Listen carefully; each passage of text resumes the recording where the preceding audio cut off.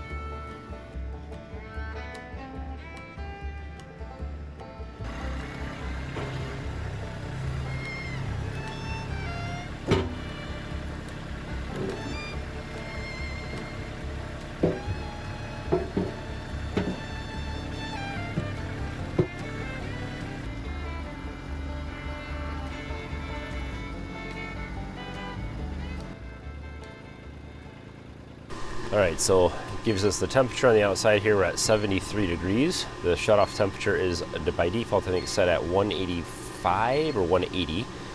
And so we're just gonna give this a while to fire and keep heating the water up until we get up to temperature. So we'll keep adding wood to it. I brought another load of wood. One of the things I want to do is see how many buckets full of wood I load in there at one time, because eventually in the next month or so I'm going to need to build an area, a landing spot right up on this side probably, where I can stack all that wood, and I want to be able to get a week's worth, and so I need to know how big to build that bin. I've already taken a load of kindling to get it started, and then this is just a load of kind of small split stuff, oak and various wood. So we'll see how it burns.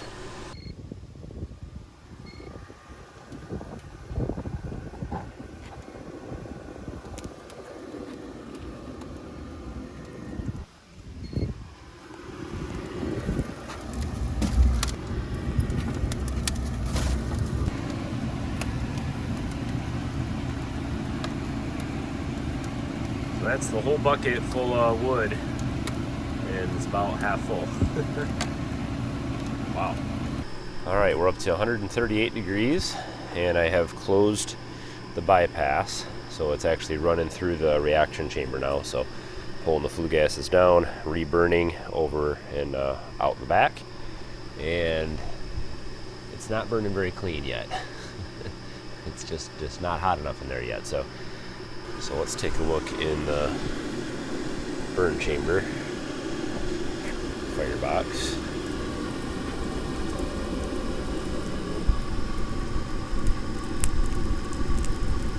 Okay, so it's burning pretty good.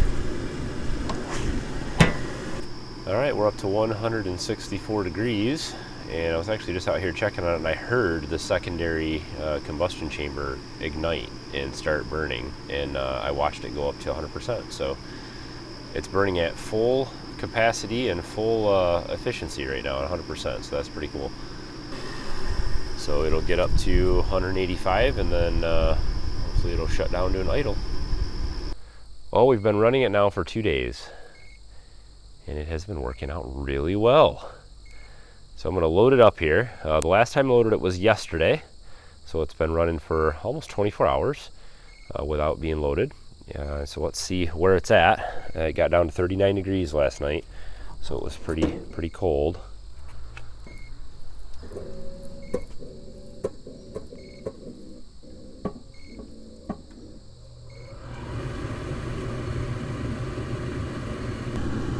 So I threw a bunch of scraps in there. I had a bunch of dimensional lumber, non-treated, that I threw in there. That's sitting in there, as well as a bunch of oak and other stuff. And there's still a ton of wood left in here, actually. So I probably wouldn't have to fill it until tomorrow, I would say. That's pretty cool.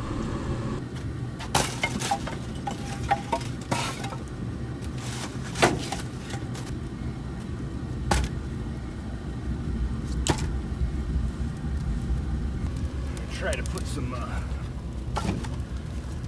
bigger stuff in here.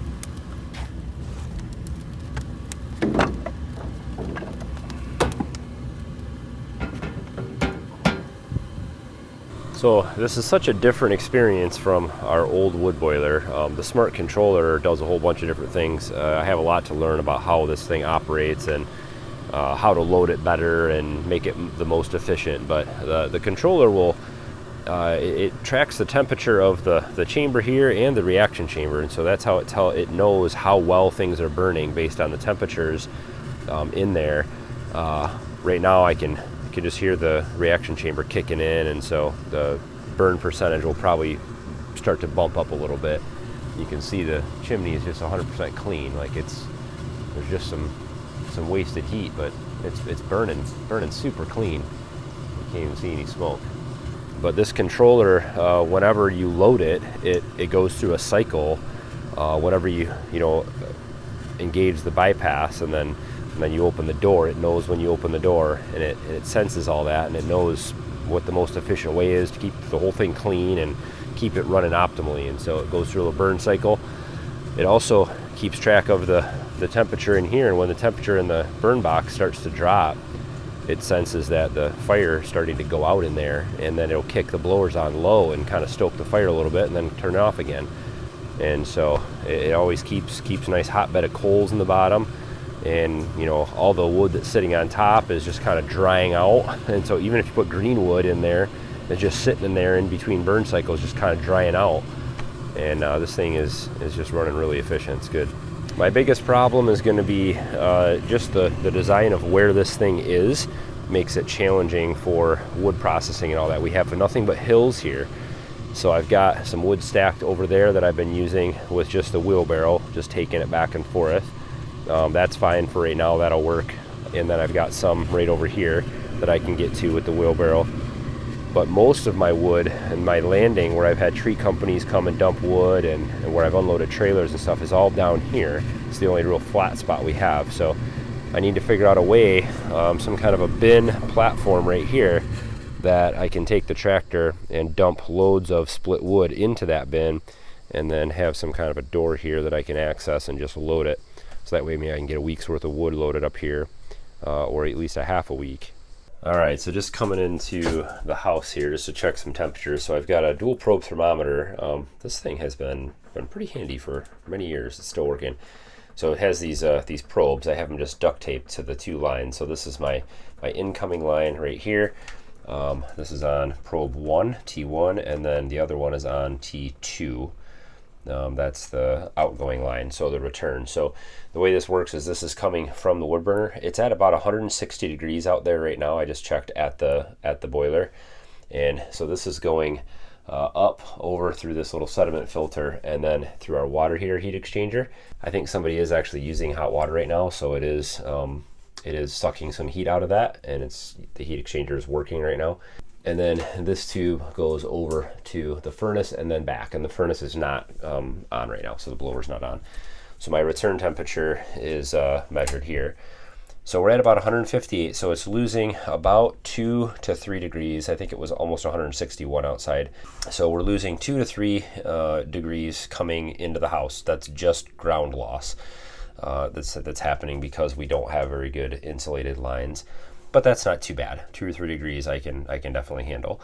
And then what we're taking out of it, so the difference between the two is 7 degrees. So we're losing, this is the difference here, so 6 or 7 degrees of heat in the house. So it's going back out at 150 degrees, 149 degrees. So that's how much we're using right now just to heat the hot water, and then just loss in all these uninsulated pipes, which is adding heat to the house. So it's not really lost, but it is really not doing anything directly. But the big thing that I was worried about was that loss coming in the house. And to see that that's only 2 or 3 degrees, that makes me happy. I know this is a shorter run, the run that goes over to the other furnace. It's a little further away. I haven't measured that one yet, but I would assume it's maybe 4 degrees, 5 degrees, something like that. So just hooked up to the water heater. This thing, you can see how just crazy hot the hot water is. So the number 1 probe is on the cold water inlet to the hot water, the plate heat exchanger, and then the other probe is on the inlet to the hot water tank. So this is the water coming out of the heat exchanger. So we have 53 degree water going in. That's our well water temperature, just cold. And then the hot water that's coming out of that is 158 degrees. So it's almost the same temperature as the wood boiler. It's almost the same exact temperature as the hot water that's coming into this thing. And that's pretty much sustained. It's been running for about 5 minutes, cold water through that thing. So it goes in at 53 and comes out at 159. That's what's feeding into the hot water tank. Now, obviously that 160 degree hot water gets mixed with the cooler water that's in there. I have the hot water heater set really low. So just putting the probe here on the hot water outlet. So the hot water that's actually going up to the showers and faucets and things like that. It's going up a little bit, 132 degrees. So it's pretty dang hot. It's 142. It's pretty hot water. So one of the things that I debated, for those of you who've been following along, is whether to add a mixing valve that mixes the cold water in with the hot water to get a set temperature, and you can set it a little bit lower. That water is hot. It will burn you if you were up there and you just stuck your hands in, let the hot water run for a minute, and then stuck your hand in there. I don't know how long it would take, but it would burn you. It's pretty hot. So obviously everyone knows that, and we have to be a little bit careful. I probably next year will revamp some of this stuff and get a new heat exchanger put in there in the hot water tank and add a mixing valve. But for this year, so far it's been working really good. You just obviously know not to just stick your hands in hot water. How it's doing out here. Now, it's been actually about a week and a half since I first started this video. So I've been running it now for about a week and a half, and it has been working really, really well. So it just recently ran. So temperature is a 177 in the tank. This whole Firestar system has been really good, the combustion controller. So I use the app every day to check and see how well it's doing. The bypass here, it's supposed to help the smoke not blow in your face quite as much, I think. Not sure how well that actually works. The fan does automatically come on as soon as you open the door, and so that does help clear a little smoke out of the way. This is a load I just put in about 2 hours ago, and this will last me, it could last me, I could not touch this for a day and a half.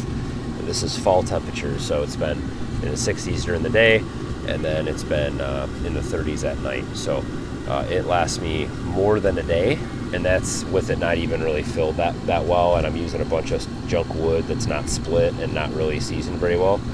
If I were to put the oak that I have in here and then stack it all the way to the top, I could probably go 2 to 2.5 days in here without loading this thing right now.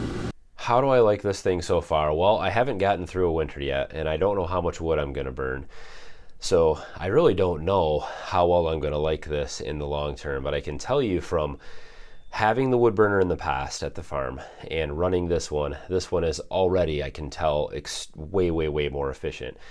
Now, we're not into really cold temperatures right now. It's not really running much during the day, but this is running 2 furnaces and 2 water heaters. So that's all of our laundry, showers. We have 5 people living in this house, 4 girls. So lots of water consumption, lots of laundry, lots of all that stuff. Dishwasher, all of our hot water is taken care of. We're not burning any propane whatsoever. And during those cold nights when it's gotten down to 33 degrees or so, the furnaces are running. It is nice and warm. I've got the temperatures, actually both thermostats set at 70 degrees. And one end of our house, right above this thing, actually stays at about 72, 73. So So it's pretty warm in here. Normally we never turn the thermostats up above 68, 67 because we're trying to save propane. So the other benefit is that I think we'll be able to keep the house a lot warmer. Let me know what you guys think. I still have lots more work to do around the area. I need to build and set up a system for getting wood near this thing and loading it in there. I don't really have that down yet. And so I'll be showing you guys that too. We'll be building some things and using a tractor a little bit. I'm going to create a system I think that'll work pretty well. I've got an idea to move wood around the property and get it up to the boiler every few days or every week. So don't forget to hit thumbs up on today's video. Hopefully you guys enjoyed the central boiler installation series we've been doing now for quite a while. This isn't the end of it. It will still continue. We'll be releasing videos on this thing throughout the winter time. So stay tuned for all that fun. Subscribe, of course, if you want to stick around for those things, and hit the bell if you want to get notified when we post new content. And as always, guys, thanks for watching. Have a good one.